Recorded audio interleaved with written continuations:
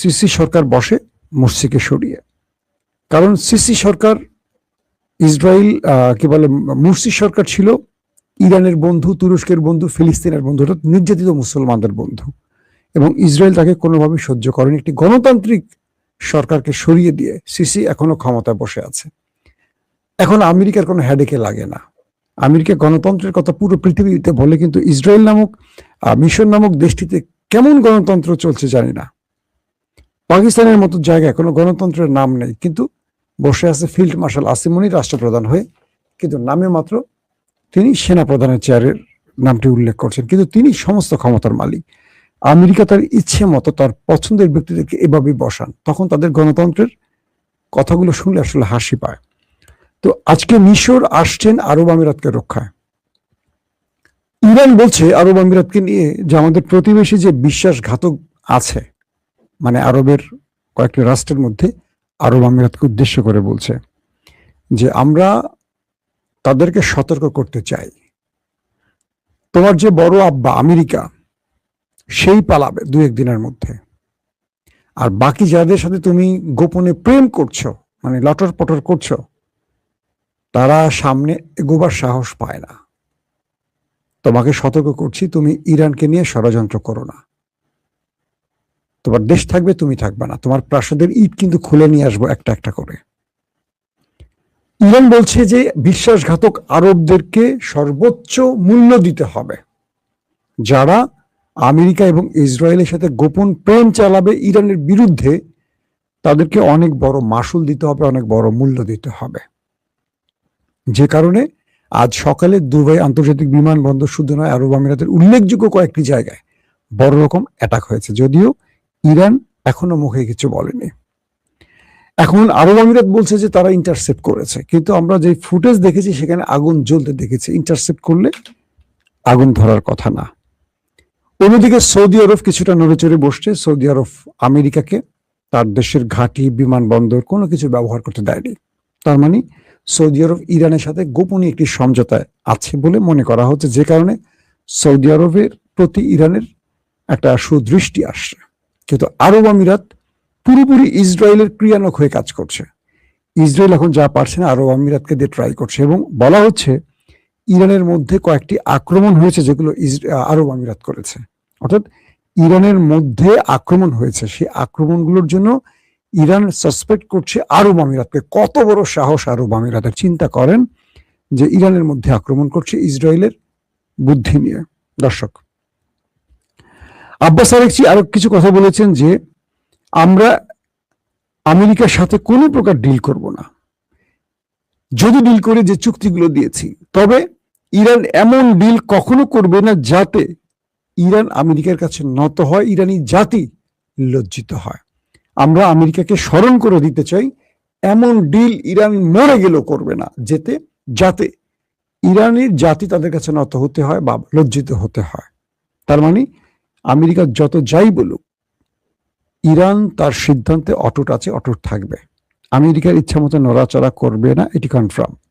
পাশাপাশি মার্কিন গোয়েন্দা সংস্থা সিআইএ রিপোর্ট দিয়েছে যে ইরানের হাতে এখনো 75% মিসাইল ড্রোন এবং মোবাইল মিসাইল লঞ্চার অক্ষত আছে। আব্বাস আরাগচি বলছেন এই তথ্যটি সঠিক নয়। ইরানের কাছে 120 অস্ত্র এখন অক্ষত আছে। এখন বলবেন 100 ভাগের মধ্যে 120% হয় কি করে? মূলত আব্বাস আরাগচি বোঝাতে চেয়েছেন, আজকের দিনের আমার প্রথম দুটো লাইভে আমি কথাটা আবারও রিপিট করছি, মূলত আব্বাস আরাগচি বোঝাতে চেয়েছেন যে আমেরিকার গোয়েন্দা বাহিনী সিআইএ বলছে 70-75% আছে অক্ষত। বিষয়টা তা না। ইরানের যুদ্ধ চলাকালীন সময় তো তারা অস্ত্র ব্যবহার করেছে। শুধু তাই নয়, এর মধ্যে দিনরাত ইরান তার মিসাইল, ড্রোন বা আদার্স অস্ত্র তৈরিতে মনোনিবেশ করেছে, এবং এই যুদ্ধ বিরতির মধ্যে ইরান ফুল দমে অস্ত্র বানাচ্ছে। তার মানে ইরানের যে 100% অস্ত্র ছিল তার মধ্যে ইরান ধরুন 30% ব্যবহার করেছে। 30% শুধু ব্যবহার করছে, সেটি মার্কিন গোয়েন্দারা তথ্য দিচ্ছে, কিন্তু ইরান এরই মধ্যে আরো 50% তৈরি করছে। তার মানে 120। 30% হলে হয় 100, আরো 20 মানে কি 50। অর্থাৎ ইরান যে পরিমাণ অস্ত্র ব্যবহার করছে তার চেয়ে দ্বিগুণ হারে তারা এখন তৈরি করে মজুত করছে, কারণ সামনে বড় লড়াইতে ইরান শত্রুকে শক্ত জবাব দেবে। তার মানে ইরান এই মুহূর্তে তাদের হাতে 100 নয় 120% মিসাইল লঞ্চার, ড্রোন মজুদ রয়েছে এবং এগুলো শত্রুর সাথে ব্যবহারের জন্য প্রস্তুত রাখা হয়েছে। দর্শক, হরমুজে গতকালকে রাতে যা কিছু হয়েছে, এখানে অধিকাংশ ক্ষেত্রে বিশ্লেষকরা বলছেন যে ইরানের লাভটা বেশি হয়েছে। কারণ ইরান আমেরিকা যখন গোপনে প্রবেশের চেষ্টা করে, ইরানের বাহিনী যখন আমেরিকাকে শক্ত জবাব দেয়, মিসাইল এবং ড্রোনের মাধ্যমে হিট করে আমেরিকান যুদ্ধ জাহাজ, এবং আমেরিকা যখন পালিয়ে যায়, তখন আমেরিকার মিত্ররা এটুকু বুঝতে পারছে যে আমেরিকার আশ্বাসে আমরা যদি হরমুজ ত্যাগ করতে যাই ইরানের বিরুদ্ধে দাঁড়িয়ে, তাহলে ইরান কি করতে পারে। আজকে বারবারুসের দুটো জাহাজকে আটকে দিয়েছে আর কি ইরান। পাশাপাশি ইরানের অনুমতি ছাড়া যারা এই হরমুজের নিকটবর্তী প্রবেশ করছে তাদেরকে হিট করছে ইরান। তো ইরান আমেরিকার জাহাজে কালকে ধোলাই চালিয়ে যেটা প্রমাণ করেছে, আর আমেরিকা যে ব্যর্থতার প্রমাণ দিয়েছে, সেটা হলো যে ইরান কোনোভাবেই আমেরিকাকে ছাড় দিবে না, আর আমেরিকা কোনোভাবেই হরমুজে টিকতে পারবে না ইরানের বিরুদ্ধে। এটা আমেরিকার মিত্ররা বুঝে গেছে। তাই আমেরিকা যতবারই এই ব্লকেড দিয়ে ইরানের হরমুজ খুলতে চেষ্টা করে, ততবারই ইরান তাদের উপর অ্যাটাক চালায়। আর যখনই আমেরিকার উপর অ্যাটাক চালায়, বাকি মিত্ররা উঠে পড়ে পালায়। আরে আল্লাহ, আমার ওস্তাদ দিয়ে মাইর খেয়েছে। ওই যে মাঝে মাঝে শর্টস রিলস দেখি, একজন মাইর খেয়ে গেছে, তার বসটা ডেকে আনছে, বস আমার মারছে, কে তোরে মারছে, চল দেখি। তো বস আসে, বস আসলে বসই আগে প্যাদানি দেয়। তো বস উঠে পড়ে পালাতে শিষ্যকে, কাম তো সারছে, আমার বসে যদি এরকম মাইর খেয়ে, তাহলে আমার অবস্থা কি হবে। তো যখনই ইরান আমেরিকার উপর ধরে চালে, তখন বাকিরা আবার পালায়। তো এইভাবে মোটামুটি হরমুজের পুরো কন্ট্রোল ইরান রাখছে। শুধু তাই নয়, বাকি মিত্ররাও এইটুকু বুঝে গেছে যে আমেরিকা হরমুজে টিকতে পারবে না ইরানের সামনে, অর্থাৎ ইরানের সাথে দিকদারি করে আর লাভ হবে না, ইরানের কাছে মাথা নত করে ওস্তাদ বলে ইরানের সাথে সমঝোতা করা লাগবে। দর্শক, ইরানের 3টি জাহাজ হরমুজ ত্যাগ করেছে আজকে আমেরিকার নাকের ডগার সামনে দিয়ে, এবং আমেরিকা চেয়ে চেয়ে দেখেছে, কিচ্ছু করতে পারেনি।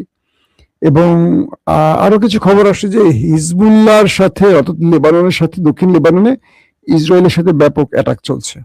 দুই পক্ষের মধ্যে হামলা পাল্টা হামলা অব্যাহত আছে।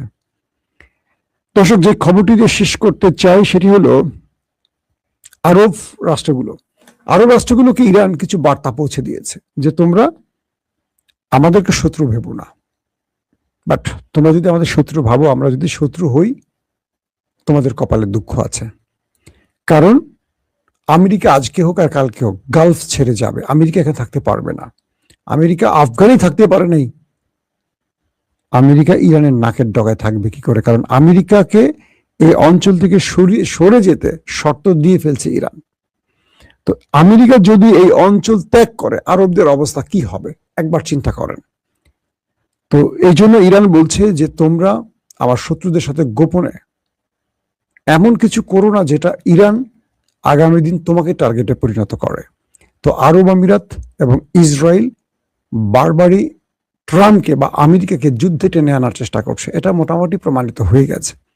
এবং আমিরাত মুসলিম বিশ্বের যে বিস্ফোরা, যাকে আমি সবসময় বলি মুসলিম বিশ্বের বিস্ফোরা, তারা আজকেও ইরানের বিরুদ্ধে নতুন করে পরামর্শ বা সমঝোতা ইসরায়েলের সাথে পরিকল্পনা করেছে। এবং ইসরায়েল বা মিশর বিদেশি সেনাদের ঢোকানোর চেষ্টা করছে আরব আমিরাতে, এমন অভিযোগ উঠেছে ইরানের পক্ষ থেকে। ইরান বলছে আমরা প্রতিটি আরব দেশকে কঠিনভাবে মনিটর করছে, যখন মনে হবে কোনো দেশ আমাদের জন্য ভয়ঙ্কর হয়ে গেছে, আমরা সেই দেশটিকে 1 সেকেন্ডের জন্য ছাড় দেব না। সেই দেশটিকে মানচিত্র থেকে মুছে ফেলার জন্য যা করার লাগে ইরান করবে, এক তিল তাদেরকে ছাড় দেবে না। এখন ওমান ইরানের পক্ষে দাঁড়াচ্ছে, সৌদি আরব মোটামুটি ইরানের সাথে সমঝোতা করছে গোপনে, কাতার ব্যালেন্স করে চলছে, বাট ইরানের সাথে একটা ভালো সম্পর্ক আছে। বদমাশি করছে দুটো দেশ বেশি, আরব আমিরাত আর জর্ডান। ইরান এই দুটো দেশকে মাথায় রেখেছে আলাদাভাবে। এখন যদি কোনো কারণে ইরানের কাছে তথ্য আসে যে ইসরায়েলের অস্ত্র নিয়ে বা সেনাদের নিয়ে বা বাইরে কোনো সেনাদের নিয়ে আরব আমিরাত ইরানে আক্রমণ করেছে, এবং এটা ইরান প্রমাণ পেলে ধরবেন আগামী 2-1 দিনের মধ্যে আরব আমিরাতে ম্যাসিভ আকারে হিট করবে ইরান।